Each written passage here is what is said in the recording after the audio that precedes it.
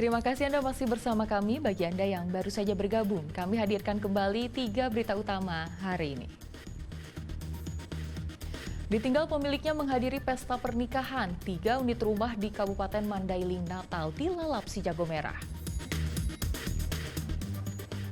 Seorang ayah di Medan jual anak kandung yang berusia 11 bulan.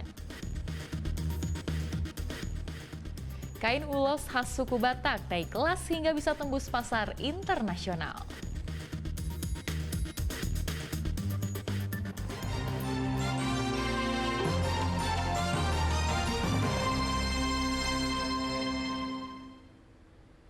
Kita ke informasi selanjutnya. Kekecewaan seorang perempuan karena kasus sengketa rumah di Desa Karangsari, Kabupaten Simalungun. Permasalahan rumah terjadi setelah pembelian rumah selama 20 tahun. Keributan terjadi karena sengketa lahan. Perkaranya, Pengadilan Negeri Simalungun di akhir bulan April kemarin mengeksekusi rumah dan ladang milik Usin bin Ngadio di Desa Karangsari, Kecamatan Gunung Malikas, Kabupaten Simalungun. Lahan berisikan rumah dan ladang seluas 1.740 meter persegi habis dihancurkan dengan alat berat. Ibu Yami sekitar 20 tahun lalu membeli lahan milik keluarganya yang merupakan lahan pembagian dari warisan kakek Usin. Ia membeli dengan surat bukti pembelian berupa kwitansi yang sah. Namun selang 20 tahun, lahan tersebut menjadi sengketa. Namun Maret 2024 terjadi perdebatan atas kepemilikan rumah oleh cucu dari Usin bin Ngadio yang berujung gugatan di Pengadilan Negeri Simalungun. Waktu orang ibu kakak beli ya? Iya. Cucunya. Nah terus selanjutnya dari pengadilan sendiri bagaimana? Nah, dari pengadilan saat ini kami sedang melakukan PK. Sidang berjalan. Dan PK itu hasilnya pun belum turun. Ya, masih berjalan. Masih berjalan. Dan satu lagi kami juga melakukan gugatan pihak ketiga dan Farjat. Sidangnya pun sedang berjalan. Namun kenapa saat kami melakukan sidang, eksekusi sudah dilakukan? Siapa eksekusi yang dari pengadilannya? Eksekusinya Bapak Amiruddin. Mengatasnamakan Ketua Pengadilan Simalungun ya? Iya. Selaku panitera. Hingga saat ini kami belum ada menerima surat ketetapan eksekusi dari Ketua Pengadilan Negeri.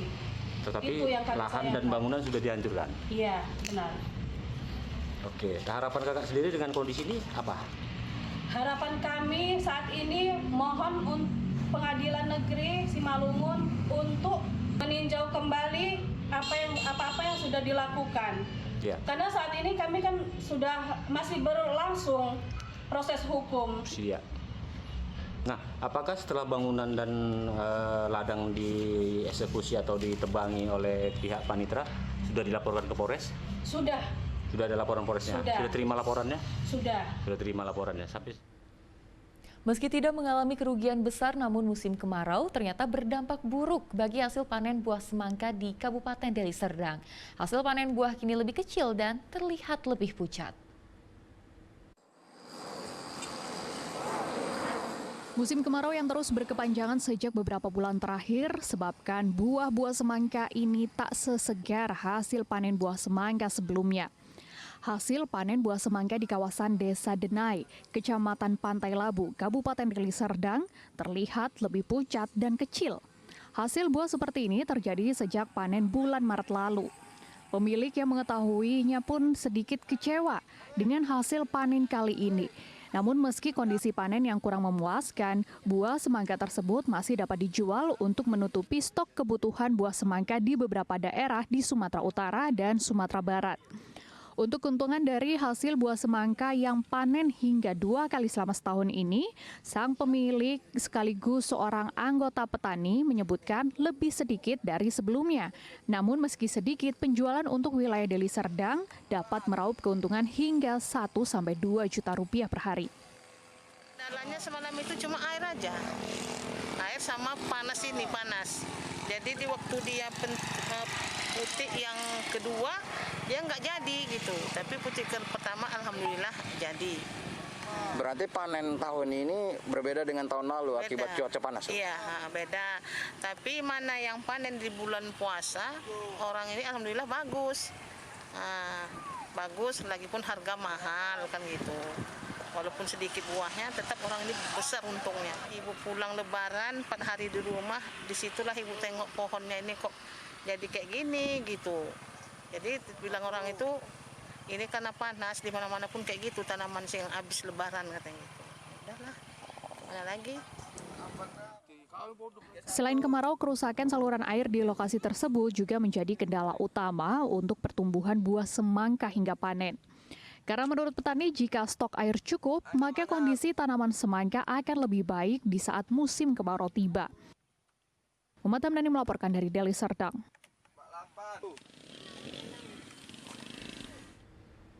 Ulos, hain khas suku Batak menjadi budaya yang tak lekang oleh waktu. Di tangan Torang Sitorus, ulos naik kelas hingga bisa tembus pasar internasional. Ia juga mengubah nasib para penenun dengan menaikkan pemasukan mereka hingga 4 kali lipat.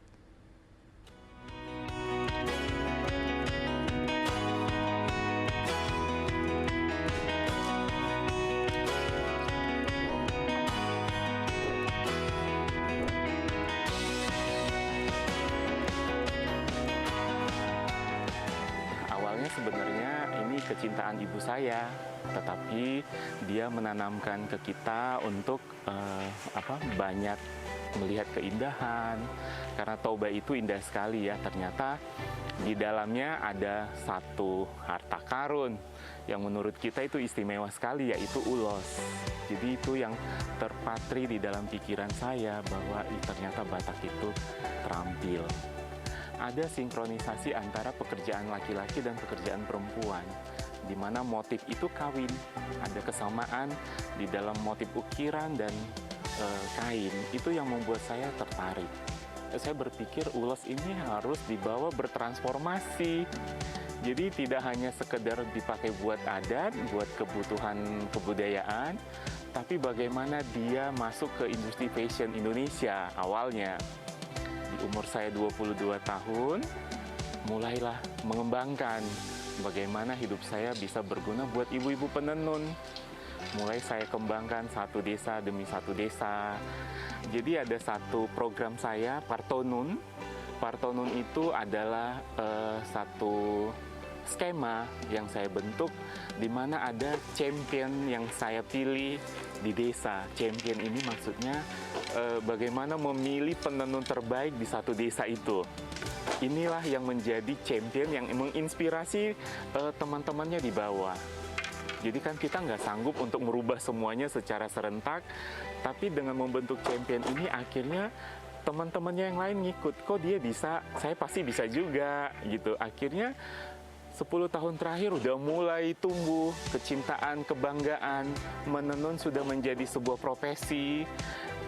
Para perempuan Batak dari Batam yang dulunya kerja di pabrik, di Indomaret, di mana itu sudah kembali ke desa untuk menenun. Karena champion ini udah sejahtera, dia udah dapat banyak uang, 3 kali UMR loh. Ada 7 champion yang saya pilih di 7 desa, ini yang masih bisa kita tanggung jawabi dan meyakinkan mereka apa yang mereka ciptakan besok menjadi uang. Penenun selalu mendapatkan keuntungan yang lebih besar.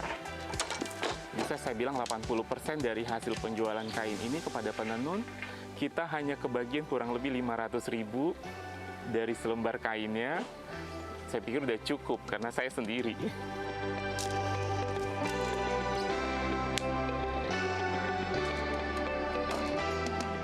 Bertenun sampai beberapa tahun itu kehidupan kami sebagai penenun nggak mencukupi hasilnya. Terus setelah dapat binaan dari Ito ini, barulah kehidupan kami berubah. Upah kami lebih tinggi dari sebelumnya. Bayangkanlah di sana kami upah kami mengerjakan tenun karutun itu kan harus 3 lembar gitu. Kami jual paling 1.500.000. 1.500.000 udah ikut modal. Sementara kami di sini upahan kami besar. 4 kali lipat kurasa ada upahnya gitu.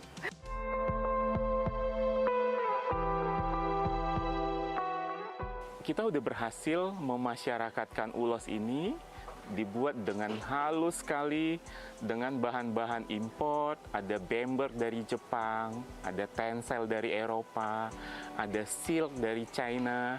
Jadi itu yang kita bawa ke Toba untuk ditenun oleh para ibu-ibu. Dan ternyata hasilnya luar biasa. Kain yang menggunakan material dari Jepang namanya bember itu membawa sebuah perubahan, akhirnya ibu-ibu bisa menenun terus karena harganya lebih sedikit di bawah dan itu laris laku sekali ya.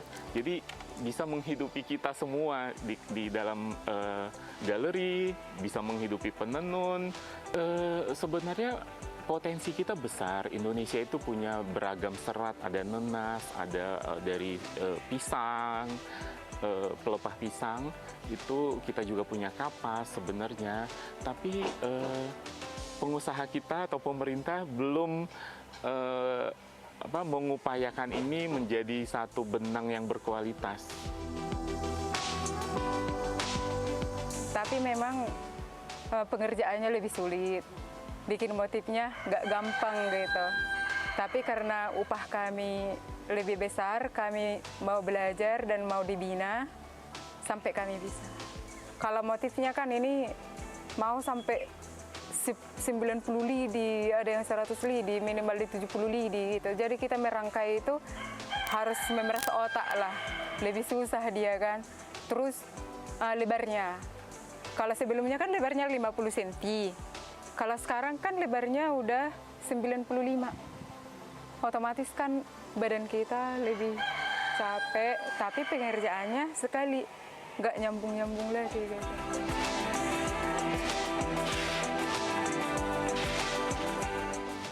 Indonesia itu saya pikir daya belinya udah cukup tinggi ya, jadi memang pasar luar sedikit 10% kita lirik, tapi komunitas kain di Indonesia masih jadi prioritas dan ternyata konsep ini yang saya ceritakan kepada para ibu-ibu pencinta kain dan mereka sangat mengerti dan selalu membeli.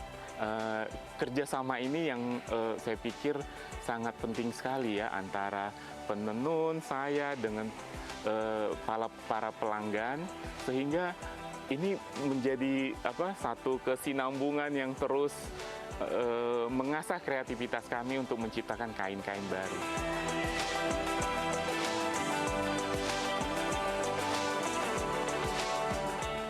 Kalau harapan saya ke depannya sih, tenun ini lebih dikenal banyak orang, memperkenalkan ulos ini sampai ke luar negeri sana, otomatis kami lebih diperhatikan sih tenun ini.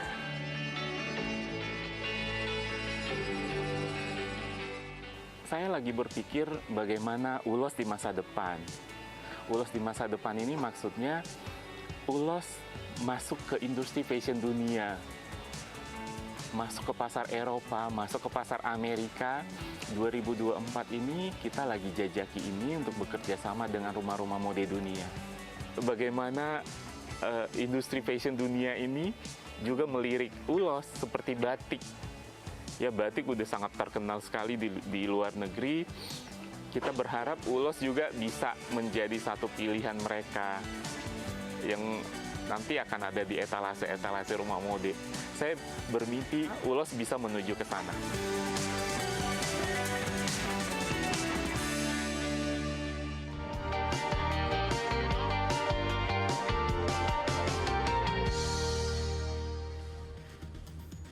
Dan laporan tersebut mengakhiri berita Medan hari ini. Saya Tia Anissa, berterima kasih atas perhatian dan kebersamaan Anda. Selamat beraktivitas dan sampai jumpa.